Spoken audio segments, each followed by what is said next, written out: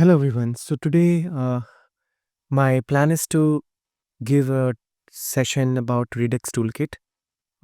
This is one of the very important topic nowadays. People, developers who are working on Redux Word. I know we have been using Redux for a long time. When we read the documentation from the Redux community, I think the recommendation for the future of Redux is Redux Toolkit. And Redux Toolkit queries. So these are two different things. So we will cover Redux Toolkit as part of this session.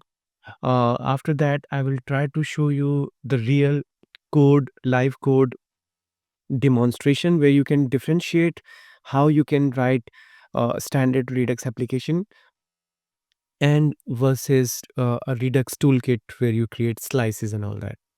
And then we will also, I'll prepare some of the demonstration or sessions for Redux Toolkit queries. What are the importance of those Redux Toolkit queries? What are the use cases where those Redux Tool query can play the significant role and things like that. So without wasting time, let's go and quickly jump into Redux Toolkit. All right. So Redux Toolkit is the official recommended way to write Redux logic. It was created to address several pain points. And what are those pain points? So for example, boilerplate code, complex store setup, patterns that can be tricky to manage. It simplifies the process of writing Redux logic by providing set of tools. So in simple words, so Redux Toolkit is giving a lot of things out of box. You do not need to write action creators. You do not need to repeat the redundant code. For example, if you remember in Redux, we have a practice of writing action creators. We have a practice of dispatching those actions wherever we are making the API call. We are just like, okay, action start, then pending, and then error, and all those we have to do it manually. But Redux Toolkit give it all out of the box. It is definitely an abstraction, a wrapper on the top of Redux, but it is giving you all those features out of the box. We have something called create async thunk, which is used for asynchronous actions. We'll see more in details when we go to the next slides. So, as I said, simplified store setup. One more key feature which Redux Toolkit gives is immutability. So, with Immer. So, Immer is one of the library which you use for immutability. So, Redux Toolkit is giving you out of the box immutability. I mean, we have a practice of having reducers where we have to maintain the immutability of every single state change that we do. And most of the time, I see that people or developers they do the error. They do not. They just mutate the real state of the which is not good. So all these things are coming out of the box. So it is given as a built-in support using the Immer library, and all those things. So create slice is something which you will see now when you use Redux Toolkit in code. Okay. So how Redux Toolkit is better than using just Redux Thunk? It is better. Why? Because boilerplate code, it can be removed like action types, action creators. We have separate reducers for every single page we are creating in.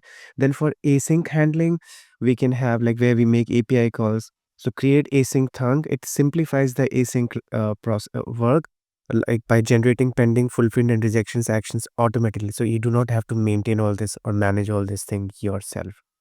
Store setup, we have a different configure store setup, reduces logic, as I said, immutability, and a lot of other things which are coming out of the box for you. You can read this. I would like to pay more attention of all these concepts, all these advantages when I code in real. So let's quickly go and see some snippets as part of this presentation. So, as I already promised you that I will do a real live code walkthrough. Will show you the demonstration Redux Toolkit without Redux Toolkit, how the application behaves and how easy, how less code we have to write. Okay, focusing on this slide, you see here, this is Redux Thunk and this is Redux Toolkit. So you see how simplified is the code. Over here, we have to dispatch all these actions manually, but here we are not dispatching. We are just writing create async thing. This is the part of Redux Toolkit. So it will give you everything out of the box. How?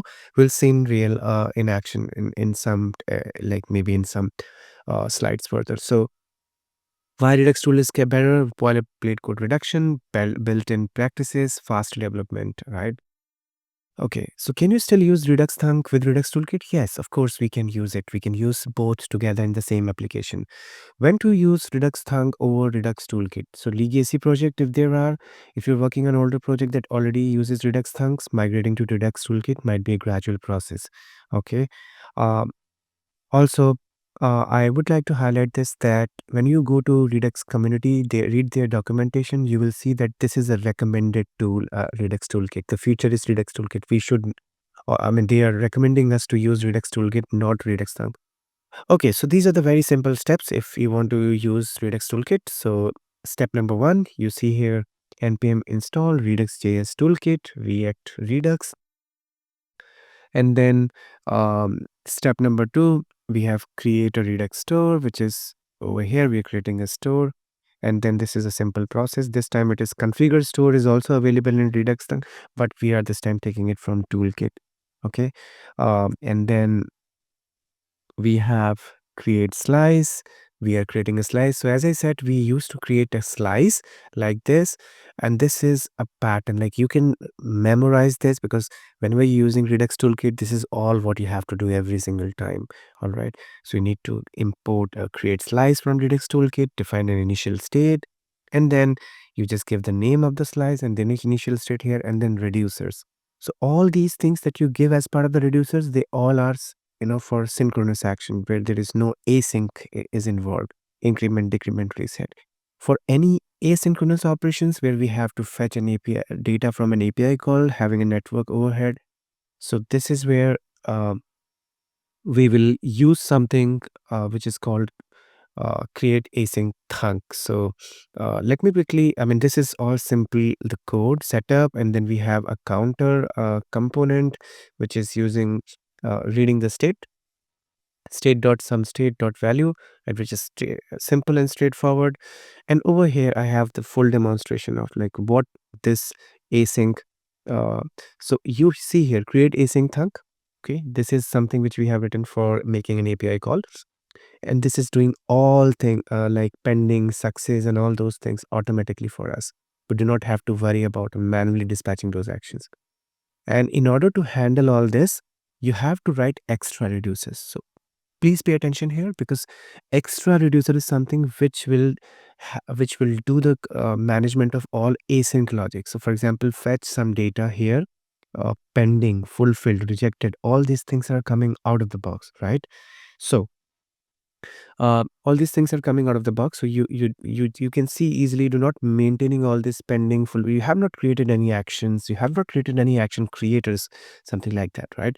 So all this is all happening. This state dot status, you see, just update the status, loading succeeded and failed, just adding this add case. So this is again a common pattern, having adding reducers to handle the synchronous task, having adding extra reducers to handle the asynchronous task. All right, so this is how a Redux Toolkit's code looks.